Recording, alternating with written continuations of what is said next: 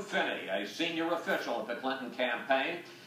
Karen, Secretary Clinton says that she is a fighter. So why has she been missing in action on trade, refusing to say whether or not she supports giving President Obama fast-track authority to negotiate a deal? Well, I think she's focused on the specifics, right? So her position has been, and this is about this trade deal and any trade deal in terms of the underlying deal, and that is any deal has to meet two tests. Number one, she's talked about it last week, she's talked about it a number of times over the last couple of months, that it must protect workers, and that actually must bring prosperity to American workers. And then the second test is obviously our national security interests. And what she has said is that any trade deal has to meet those two tests. And I think what we've seen over the last few weeks is that more of a sort of procedural process going back and forth between the House and the Senate, and we haven't actually seen final language. I think that the Secretary believed the President deserved to have the right to go to Congress and make his case and try to earn the votes for after he made that case. Unfortunately, on Friday, I think what we saw is that didn't quite happen, and so now we'll see where this process goes from here. But where she has stayed focused is what will the language of what is the final deal? Let's talk about what's in the final deal. Let's judge it on that underlying deal. We're not talking about the trade deal here. We're talking about giving President Obama the same authority that President Clinton had on NAFTA, so that when he finally does negotiate a deal, he can give it to Congress and they can either vote it up or down, but they can't amend it. Here is what one of the other Democratic candidates, Bernie Sanders, had to say about that this week. I think our trade policies have been disastrous. Secretary Clinton, if she's against this, we need her to speak out right now. Right now. The fact is, Karen, that there is a vote coming up this week on part of the fast-track trade authority, whether or not the president is going to be able to negotiate a deal and then give it to Congress so that they can vote it up or down, but without amendment. As I say, it's the same authority that Bill Clinton had. Does Hillary Clinton think that House Democrats this week, in the next few days, should vote with the president or against him?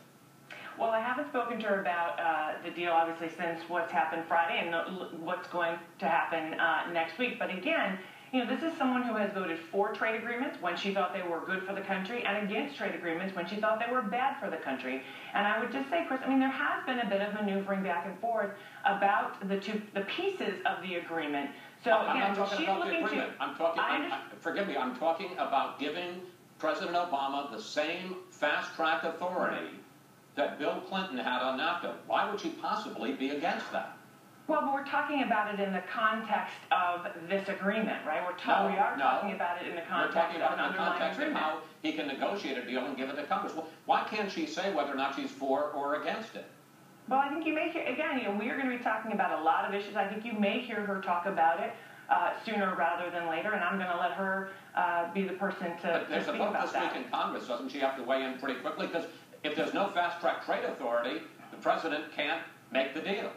Well, we'll see, won't we? We'll see if she decides that she wants to go ahead and tell us what she wants to say about it. But as one of her senior advisors, you can't say whether or not she's going to weigh in on fast-track trade authority? As one of her senior advisors, I think it's my job to let her be the person making the news in her campaign, or to let her be the person saying where she is on an issue. And I'm telling you sort of the broader perspective that she has. And again, I do think it's important.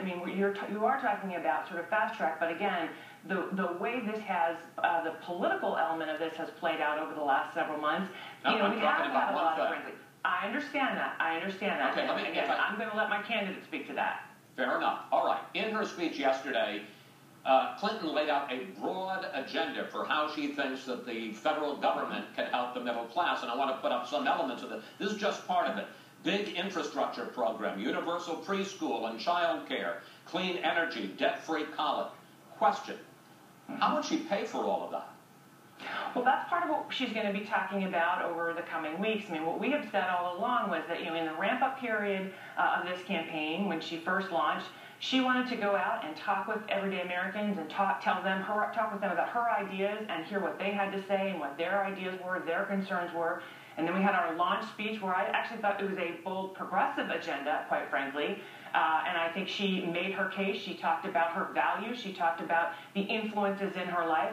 And then going forward, what we've talked about is that over the course of the next several weeks, she will lay out put some sort of meat on the bones, if you want to say, specific policies, and sort of how she would accomplish those things. And just to the list that you just put up, I mean, she talked about those things also, Chris, in the context of, these are critical investments that we have to make in this country to make sure that everyone is participating in our economy. I think that's one of the most important things that she talked about. Karen, I understand that. I wasn't questioning those items. I mean, people can. Sure. I was just simply asking, how's she going to pay for all of it? Because we're talking about billions of dollars. Let me ask you about another thing that she talked about a great deal in the speech, and that is income inequality, as you say, part of the progressive or liberal agenda. She talked about the fact that the 25 top hedge fund managers make more money than all of the kindergarten teachers in the country combined. What about the fact that until recently she was making $250,000 for a one-hour speech, where the average American makes $45,000 for working for a year? Well, I think I would also remind you that she talked about her mother and her mother's very humble beginnings, certainly very, I think, tragic in the way that she was abandoned and sort of the impact that had on her. And I raised that, Chris, for a very specific reason. I think part of running for president, people want to know who you are, what influenced you, what motivates you, not just where you stand on issues, but what is in your heart. And what were the things in your life that led you to believe the things you believe in and fight for those things? Hold on, Chris. And all I'm going to say is that I think it's important. Yes, she talked about it. I hear what you're saying in terms of, how much she made good speeches. But what's important is that this is a person who has always fought for people who need to have a champion. Why? Because very early in her life, she was very strongly influenced by the idea that there are people who don't have that. We only have limited time, and I don't mean to interrupt, but I got to move on. Because I was just saying, there's nothing. I mean, you can be, she's making money and believing in the importance I know, of maybe the hedge fund managers believe in it too. So I just wonder why she's saying that it's somehow wrong for the hedge fund managers to make so much money, but it's okay for her to make $250,000 an hour. If I may, I got to move on. What you do with that money? It's about. But it's about CEOs making the money and then not sharing those profits with their workers. That's is she sharing all the money with? I mean, are you making something close to $250,000 an hour? I guess you do. I bet not. Okay, let me ask you about this, because Clinton has taken a hit in the polls recently. 47% now think that she cares about people like you, while 52% do not, and 42% think she is honest and trustworthy, while 57% do not. How do you explain that? Well, I guess what I would just remind you in the bigger picture, I mean, Hillary is leading pretty handily her Democratic opponents and all of the Republicans. So I think overall, I mean, Mrs. Clinton is still the person who is the top choice. Look, I think at the end of the day, we have just gotten started in this campaign, and again, she started to lay out her case yesterday. You're going to see her keep doing it. And we believe that at the end of the day, this is going to be about a choice. And she talked about that fundamental choice. And the poll numbers that you put up, we think what Americans at the end of the day want to know is this person going to get out there and be a fighter for me? Does this person understand my concerns, my issues, and will this person fight for me? Well, when you talk about... But if you know Hillary Clinton, you know this is a woman who has never shied away from a fight. People wanting to know what she stands for, the fact is that since she announced 2 months ago, Hillary Clinton has not held a single news conference nor sat down for a single interview. Is that her idea of being transparent?